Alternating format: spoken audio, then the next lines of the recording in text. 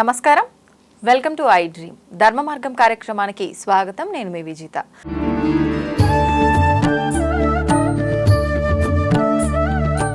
నమస్కారం గురుగారు. నమస్కారం అమ్మా.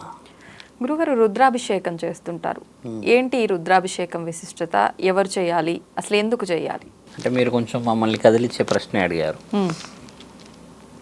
రుద్ర అనేవాడు శివుడు, కానీ రుద్ర అనే ఒక పర్సన్ కూడా ఒక వీరుడు. ఆ వీరుడు చేసిన మహాభక్తి పరమాత్ముడిని చేరిన ఒక విలువ. శాస్త్ర గ్రంథాల్లో మనం మాట్లాడితే తల్లి, every lesson is a lesson. అంటే మన దగ్గర రాసిన అన్ని పుస్తకాలు ఒకప్పుడు అనుభవాలే కదా. అలా చాలా చాలా అనుభవాలని మనం చేసుకున్నాం, అంటే చెరిపేసుకున్నాం ఒక విధంగా చెప్పాలంటే. అలా వచ్చిన దాంట్లో కొన్ని శతాబ్దాల క్రితం వెళ్దాం మనం. ఈ రుద్ర అనే వ్యక్తి ఎవరు? ఈ రుద్ర అనే వ్యక్తి ఒక కారణ జన్ముడై ఊరు ఊరు ఊరు ఊరు ఊరు ఊరు ఊరు తిరిగేవాడు. అంటే ఒక మానవుడే, ఒక మానవ శరీరం. ఆయన ఏం చేసేవాడు అంటే భిక్షాటన చేసి ఊర్లో ఉన్న వాళ్ళందరి పెళ్ళిళ్ళు చేసి, తర్వాత చాలా చాలా అవసరం ఉన్న వాళ్ళకి అందరికీ మేమున్నాము అని చెప్పేసి ఒక ప్రచారకంగా ఉండేవాడు, భక్తుడిలాగా. అయితే అమ్మ, ఆయన ఏం చేశాడంటే ఒకరోజు భక్తిలో మనం ఒకప్పుడు ఏంటంటే వరాలు కావాలంటే ఒక తపస్సు, ఒక యజ్ఞాలు చేసి కోరుకునేవాళ్ళం.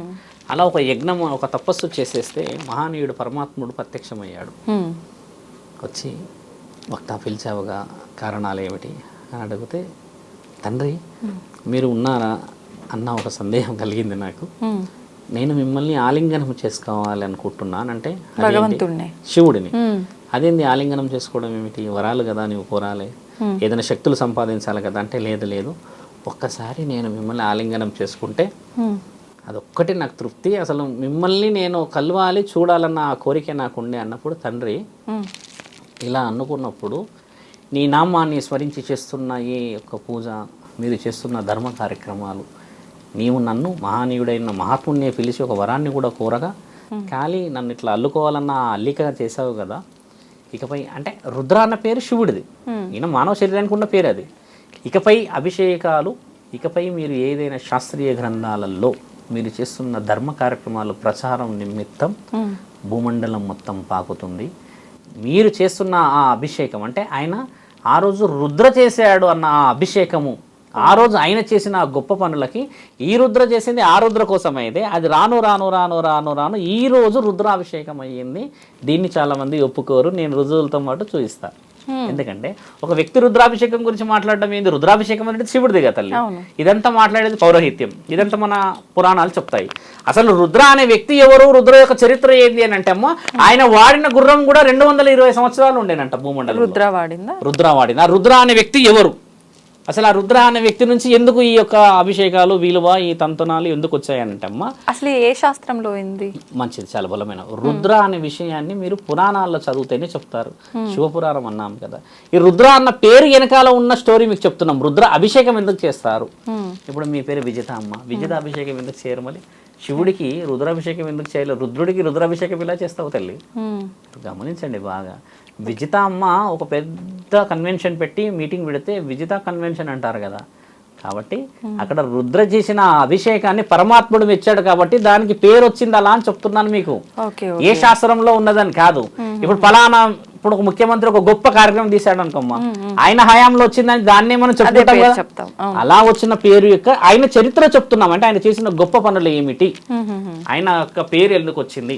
రుద్రాభిషేకం ఎవరు చెయ్యాలి అంటే, ఎక్కడ మహామృత్యు అంటే నిజముగా హార్ట్ అరెస్ట్ అయినప్పుడు, ఎక్కడైతే కోమాల్లో కూర్చుంటారో, ఎక్కడైతే మనిషి 2 నెలలు 3 నెలలు మంచం నుంచి లేవకుండా, మంచం నుంచి లేవరు. కొంతమంది యుక్త వయసులో ఉన్న వాళ్ళు కూడా, కొంతమంది తెలియకుండా ఏదైనా ఎవరైనా ప్రయోగం చేస్తే దాన్ని కనిపెట్టడానికే జీవితాలు వెళ్ళిపోతాయి ఇలా. అలాంటి విషయాలమ్మ ఈ రుద్రాభిషేకం చేస్తే ఆ మహానీయుడు రుద్రాని వస్తాడు. అంటే ఎవరు? పరమాత్ముడికి. ఆయన ఒకప్పుడు ఏం చేశాడు అన్న విషయాన్ని కొంచెం వెనక్కి చూస్తే అమ్మ, కొంచెం వక్రీకరించి మాట్లాడాలి. 100 సంవత్సరాలకి ఒక్కసారి మన దగ్గర ఒక వ్యాధి వస్తుండే, మీకు గుర్తుంది కదా. ఒక 100 సంవత్సరాల క్రితం క్షయ వచ్చింది, ప్లేగు వ్యాధి వచ్చింది, తర్వాత కరోనా వచ్చింది అని కూడా ఆ మధ్య వచ్చింది. కరోనా రాలే, యాక్చువల్లీ కరోనా అది కాదు, ఇంకా మనకి ఇంకా వచ్చేది ఉంది వ్యాధి, అది ఇంకా దగ్గరలో ఉంది. ఈ కరోనా అనేది జస్ట్ మానవుల నుంచి వచ్చింది కానీ ప్రకృతి నుంచి రాలేదు.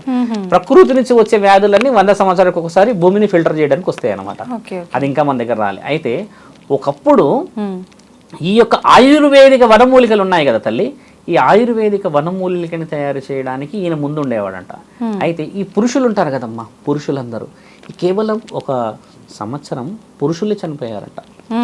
ఒక ఊరిలో పురుషులే చనిపోతున్నారు, స్త్రీలు చనిపోవట్లేరు. ఏమిటి, ఏదన్నా మహమ్మారి సోకినదా, అసలు ఆ మహమ్మారి ఎందుకు సోకిందని కనిపెట్టినప్పుడు అప్పుడు పరమాత్ముడు అంటే అప్పుడు జ్ఞాన సంపాదించే గురువులు ఉండేవాళ్ళు కదా తల్లి, అందులో ఒక గురువు కళలో కనబడి భిక్షాటన చేస్తే ఊరూర వెళ్ళి 47 రోజులు ఊర్లో ఉండకుండా వాళ్ళు పెట్టిన భోజనమే తిని ఈ యొక్క మంచి కోసం తిరిగితే నేను 47వ రోజు ఈ వ్యాధిని నిర్మూలిస్తా అన్న ఆ యొక్క మాట మొదట బయలుదేరిన వాడు ఈయన రుద్రుడు. ఈ రుద్ర వెళ్ళి చేసింది ఏంది, ఈ ఊరు బాగుండాలి అని చెప్పేసి నేను తిరిగి వచ్చినా రాకున్నా సరే నేను ఊరు తెలిసి ఆయన గారు ఏం చేసేవాళ్ళంట తల్లి, ఆయన గుర్రం మీద వనమూలికలు పంపించేవాడంట ప్రతిరోజు ఊర్లోకి. అంతే, ఆ వనమూలికలు పిల్లలకు పెట్టేవాళ్ళంట శరీరం. అది ఏ మహమ్మారి వచ్చింది తెలుసా అమ్మ, ఒక్కొక్క శరీరానికి ఇంత దద్దు వచ్చేదంట, ఆ దద్దు వచ్చి రక్తం వచ్చేదంట అందులో. అలా వచ్చిన దానికి వనమూలికలతో చేసిన అన్ని పెడుతూ ఉండండి, నేను 47వ రోజు తిరిగి వస్తాను అన్న ఆ తరుణాన్ని భిక్ష చేసి వచ్చి అమ్మ ఈ యొక్క వ్యాధి మెల్లిగా ప్రపంచం అంతా పాకింది కదా. అప్పుడు ప్రపంచంలో ఉన్న నలుమూలలో ఉన్న గొప్ప గొప్ప వ్యక్తులు వచ్చి కూడా ఈ వనమూలికలు తీసుకెళ్లారంట.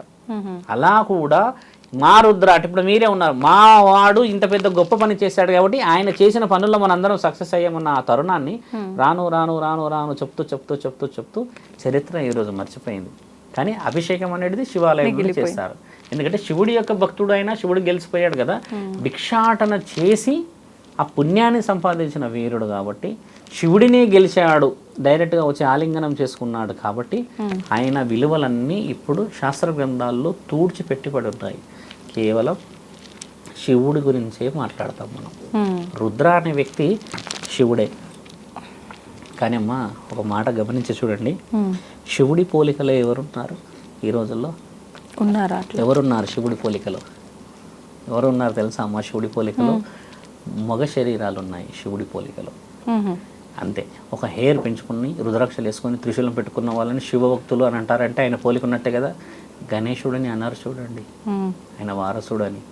కార్తికేయుడు అన్నారు, ఆయన అన్నాడు ఆయన వారసుడు అని. బాగా గుర్తుపెట్టుకోండి. ఇలా మనం ఉండి తిరుగుతున్న వాళ్ళని శివుడి పోలికతో ఉంటాము కాబట్టి శివభక్తులు అంటారు. అదే గణేశుడు కనబడితే గణేశుడు అంటారు. కాబట్టి తండ్రి ఇచ్చిన గొప్ప వరం ఏం తెలుసమ్మా, ఈ శరీరాలకి ఎవరైతే మాలేస్తారో డైరెక్ట్గా ఆయన పోలికే కనబడుతుంది అక్కడ.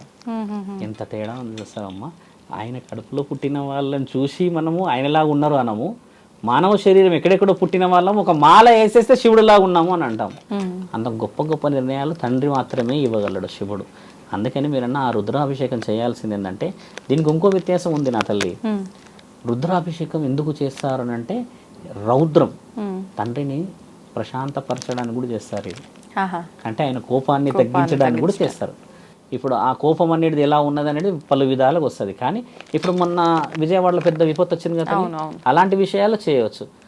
ఇప్పుడు శ్రీశైలంలో వచ్చింది ప్రకృతికి సంబంధించి ఇబ్బందులు, అలాంటి విషయాల్లో ఆయననే కదా అధిపతి. అలా కూడా ఉంది మన దగ్గర. కానీ నేను వెరీ డీపెస్ట్గా చెప్పాను మీకు. అది తల్లి.